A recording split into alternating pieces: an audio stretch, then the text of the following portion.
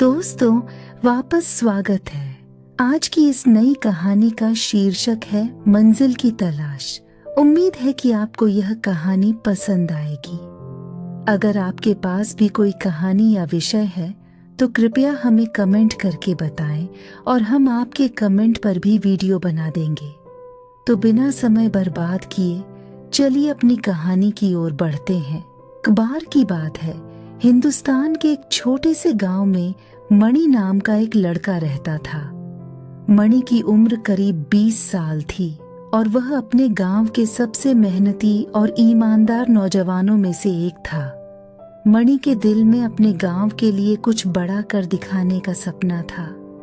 उसका ख्वाब था कि वह अपने गांव के लोगों की जिंदगी बेहतर बनाए, लेकिन इस सपने को हकीकत में बदलने के लिए उसके पास न तो पैसा था और न ही कोई रसूख। मणि अपने सपने के लिए दिन रात मेहनत करता, लेकिन उसके हाथ आता तो सिर्फ थकान और गम। गांव के लोग उसकी मेहनत का मजाक उड़ाते और उसे देखकर कहते, मणि, तुम क्यों अपनी जिंदगी बर्बाद कर रहे हो? तुम्हारे सपने सिर्फ सपने ही रहेंगे। लेकिन मणि ने कभी हिम्मत नहीं हारी। वह अपनी लगन और इरादे पर कायम रहा। एक दिन गांव के आस-पास के इलाके में एक बड़ी मुसीबत आ गई। सूखे के कारण लोग पानी के लिए तरस रहे थे। गांव के बहुत से लोग इस समस्या से तंग आकर अपना घर छोड़कर दूसरे गांव चले गए। लेकिन मणि ने फैसला किया कि वह अपने गांव में ही कुछ करेगा। उसने सोचा कि अगर वह एक गहरा कुआं खोद ले तो गांव के लोगों का मसला हल हो सकता है। यह फैसला करने के बाद मणि ने अपनी बातें बंद कर दी और बस अपने काम में लग गया। कुआं खोदना कोई आसान काम नहीं था। सूरज की कड़ी धूप में मणि दिन भर मिट्टी खोदता और रात को थक कर सो जाता। जब गांव के लोग उसे इस हालत में देखते तो उसे पागल कहते और हंसते हुए अपने घर चले जाते। लेकिन मणि के दिल में एक आग थी जो उसे हर दिन नई ताकत देती थी। कई हफ्ते गुजर गए, लेकिन मणि का कुआं अभी तक पूरा नहीं हुआ था। एक दिन गांव के 2 लोग मणि के पास आए और उससे कहा, मणि, तुम अपनी जान के साथ खेल रहे हो। यह काम तुम्हारे बस का नहीं है। तुम्हारे पास कोई ज्ञान नहीं। तुम क्या जानोगे कि कुआं कैसे खोदा जाता है? लेकिन मणि ने उनकी बातें नजरअंदाज की और बस अपना काम करता रहा। उसके हाथ छाले पड़ चुके थे, लेकिन उसके हौसले में कोई कमी नहीं आई थी। एक रात जब सब लोग सो रहे थे, मणि ने अपनी सारी ताकत इकट्ठा की और एक बार फिर अपने कुएं के अंदर मिट्टी खोदना शुरू किया। उसकी आंखों के सामने अंधेरा था, लेकिन दिल में एक रोशनी थी। वक्त गुजरता गया और फिर अचानक मणि के हाथ में पानी की एक छोटी सी धारा महसूस हुई। उसने झट से जमीन को और गहरा खोदा और एक जोर का पानी का झरना उबल पड़ा। मणि के चेहरे पर मुस्कान थी, लेकिन उसकी आंखों में आंसू भी थे।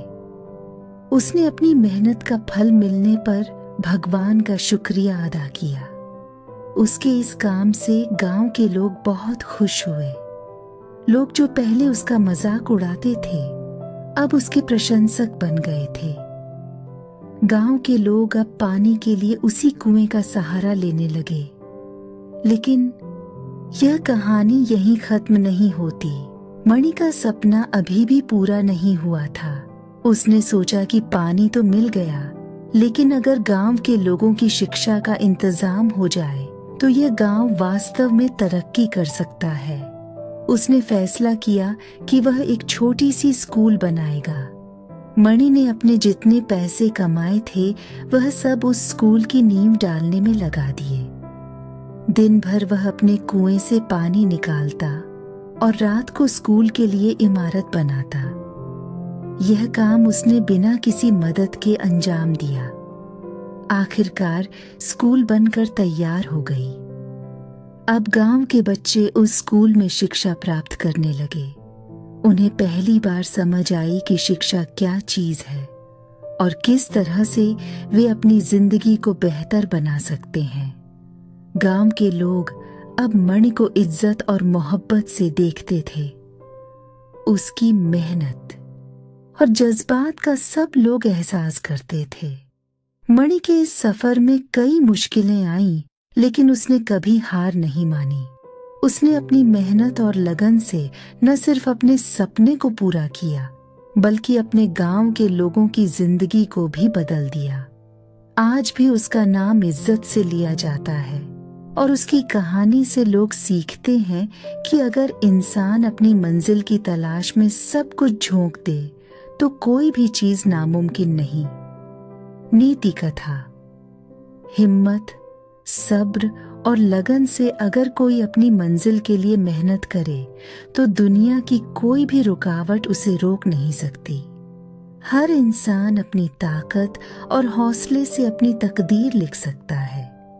बस उसे कभी अपने सपने और अपने रास्ते पर शक नहीं करना चाहिए।